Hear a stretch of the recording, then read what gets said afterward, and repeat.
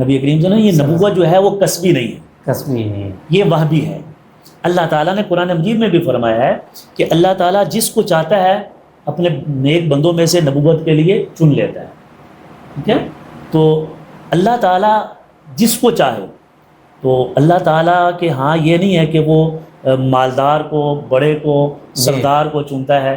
اللہ تعالیٰ دیکھتا ہے کہ جس کا قلب سلیم ہے، جو نرم دل ہے، جو نیک ہے اور متقی ہے۔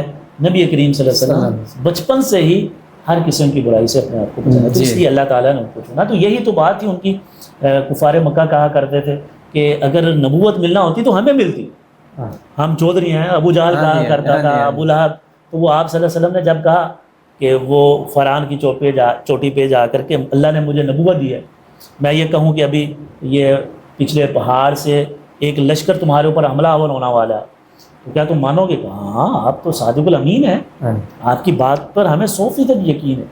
تو کہا پھر اللہ نے مجھے نبوت سے سرفراز فرمایا، قولوا لا الہ الا اللہ تو تفلحوا، تم کامیاب ہو جائے گا۔ کہنے لگے نعوذ باللہ، وہ جو ابو لہب ہے، تبا لک یا محمد، نعوذ باللہ، تیرے ہاتھ ٹوٹ جائیں۔ کتنی بڑی بات اس نے کی، اللہ اس کو غارت کرے، تو اللہ کی اس کا لعنت ہو۔ تو نبی کریم صلی اللہ علیہ وسلم کو اتنا برا بلا کہا۔